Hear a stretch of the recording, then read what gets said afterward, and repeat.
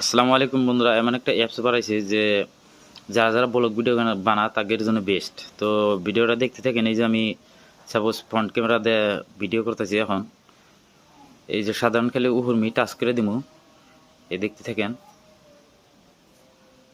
এই যে সাইডে খালি উহুরমি টাচ করে দিলাম, এই দেখেন ব্যাক ক্যামেরা আইসা বললো। তো ব্লগ ভিডিও বানান অনেক সোজা আর অনেক ভালো এই অ্যাপসটা ব্লগ ভিডিওর জন্য। তো দেখতে থাকেন স্ক্রিন রেকর্ডে।